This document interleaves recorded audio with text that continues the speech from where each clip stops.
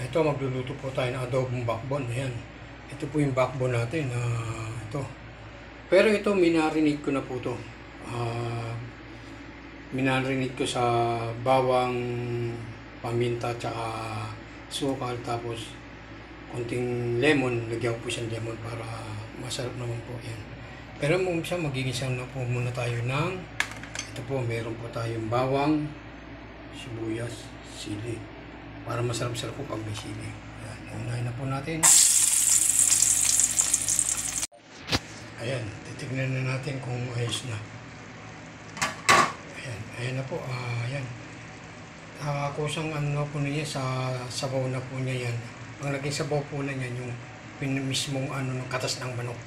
Kaya ito, ilalagay na natin toyo.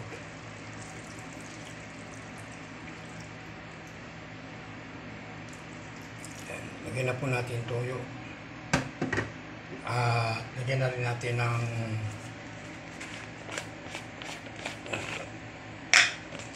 konting baking para rin may pampalasa lang.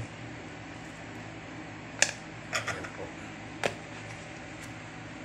At yan, hintayin lang natin siyang kumulo uli bago natin balikan.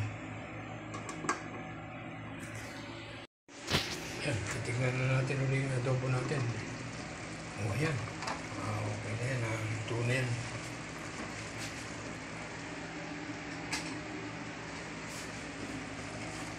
Ito yung adobo natin. Luto na. Pinatutuyo ko lang.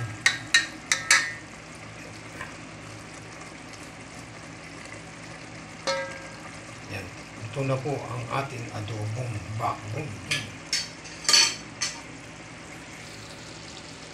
Yan po yung adobong backbone natin.